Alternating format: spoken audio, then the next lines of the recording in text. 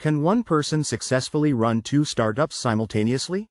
Me? Number 99.9% of the Earth's population? No, and that's a gross undercount, unlike most made-up .9er numbers. 99.9% of people who say they can.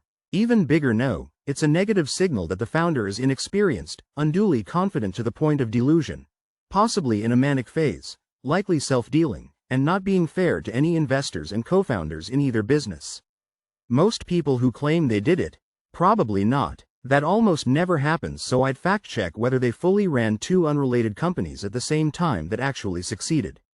But even if true, either company probably would have been twice as successful if they'd devoted their full attention to it.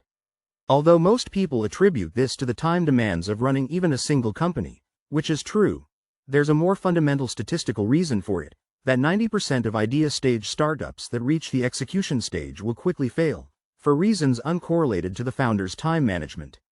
If they were completely uncorrelated, the 0.1 by 0.1 odds times whatever multiplier for the founder's reality distortion field, are bad enough.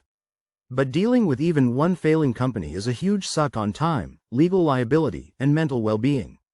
It can drag a founder's health, life savings, and even family and marriage into the abyss. The failure of one of the 2 companies creates conditions where it is a lot more likely that the other will fail as well. Kind of like eating 2 potentially moldy burritos a day instead of just one. There are some scenarios that don't really fit the question, like running a vertically integrated business segmented into multiple corporations, or having 2 locations of a grocery store or restaurant at the same time.